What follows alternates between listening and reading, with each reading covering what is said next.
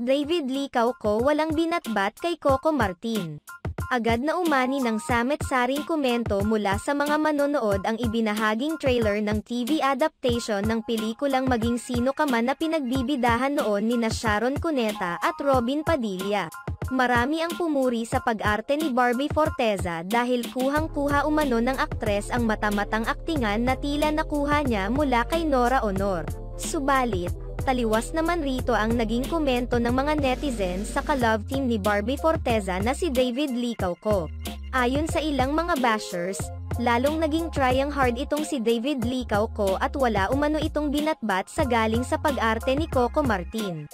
May mga nagsasabi pang tiyak umanong mababa ang rating na makukuha ng Maging Sino Ka Man kapag may tapat na ito sa teleseryeng Ang Batang Quiapo. Sa kabilang banda may mga nagtatanggol naman kay David Lee Cauco.